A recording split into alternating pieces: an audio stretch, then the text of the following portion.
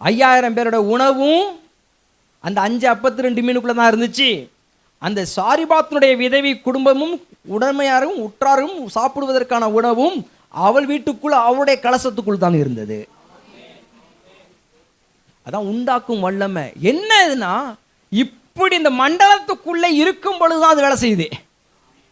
இப்படிப்பட்ட இடத்துக்கு கொண்டு வரும்போது தான் தேவ மனுஷன் சொல்றான், என் கரத்துக்கு கொண்டு வா, உன் கையால எடுத்துட்டு இங்க கொண்டு வா அப்படிங்கிறான். இங்க சொல்றார் இயேசு, உன் கையில எடுத்து இங்க கொண்டுட்டு வா. கொண்டுட்டு வா, அதை பெறுறதுக்கு வேலை செய்கிறேன். கொண்டுட்டு வா, பெருகிறதுக்கான வேலையை செய்கிறேன். எது தீரணும்னு நினைக்கிறீங்க? அந்த கொஞ்சத்தையும் கொடுத்துட்டா என்ன பண்றதுன்னு நினைக்காதீங்க. அதனால தான் அவர் செய்கிறாரு. இல்லை, அதுக்கு சொல்லவே இல்லை. அவர் கொடுக்கறதுக்காக சொல்லலை, அவர் பெருக்கிறதுக்காக சொல்றாரு. அவர் கொடுக்கறதுக்காக, வாங்கி சாப்பிட்றதுக்காக பேசல, உன் வாழ்க்கையில பெருக்கிறதுக்காக